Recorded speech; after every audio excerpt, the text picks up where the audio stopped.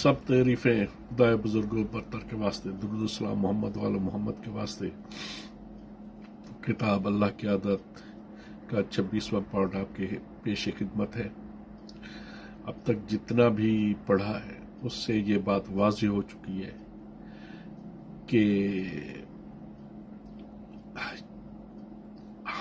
हमारी तकदीर, हमारी किस्मत वो है जो हम काम करते हैं।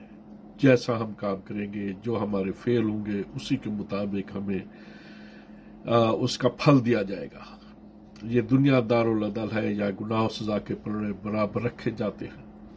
अगर तुम ये चाहते हो कि तुम पर जुल्म ना किया जाए तो तुम किसी पर जुल्म ना करो। अगर तुम ये चाहते हो कि तुम्हारे पसीने की कमाई तुम्हारे ही पास रहे तो तुम किसी और से उसकी कमाई मत छीनो। अगर तुम अमन और सुकून से रहना चाहते हो तो किसी और का अमन और सुकून बरहम ना करो। अगर तुम अपने मुस्तकबिल और अपने वसाइल रिस्क को महफूज रखना चाहते हो तो किसी और के मुस्तकबिल और उसकी रोजी पर हमला ना करो। अगर तुम्हें अपनी बहन या बेटी की इस्मत बहुत अजीज है तो किसी दूसरे की बहू को बेटी को रुसवा ना करो। अगर तुम चुगलखोरों से बचना चाहते हो तो खुद किसी की चुगली ना खाओ। अगर तुम दूसरों की सदमुहरी और बेरहमी से महफूज रहना चाहते हो तो अपने आप को इन खबाइस से पाक करो और मत भूलो कि जो खुद रहम नहीं करता उस पर कभी रहम नहीं किया जाता। यही खुदा की सुन्नत है, यही खुदा का कानून है, यही उसका खुदा की आदत है।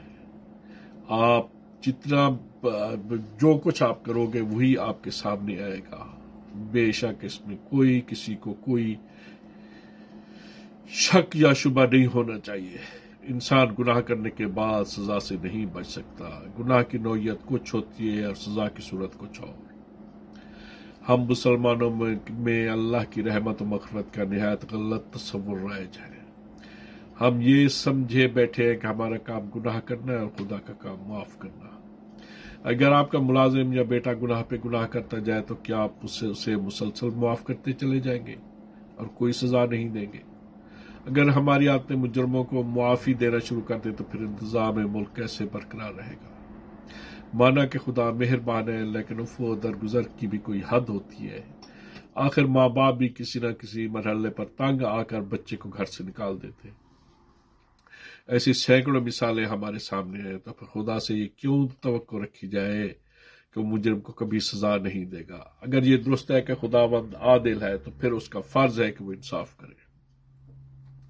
अगर ये सही है कि वो रहीम भी है तो फिर हम कैसे मान लें कि वो उस गरीब के साथ हमदर्दी नहीं करेगा जिसे डाकुओं ने लूट लिया हो, या उस यतीम पर रहम नहीं खाएगा जिसकी जायदाद दीगर वरसा ने जबरदस्ती छीन ली हो, या उस दादखा की इयानत नहीं करेगा जिसके कपड़े अहलकारों ने अदालत में उतार लिए हो।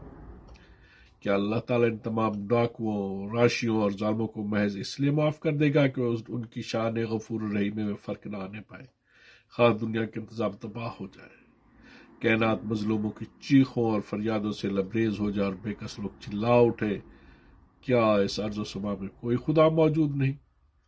और अगर है तो वो निहायत संगदिल, बेरहम, बेइंसाफ और मजलूम कुश वाक़ हुआ है। मत भूलो कि कायनात का रब बेहद आदिल और रहीम वाक़ हुआ है। उसकी ताकतें बेपनाह हैं। उसके पास जज़ा और सज़ा की लाखों सूरतें हैं।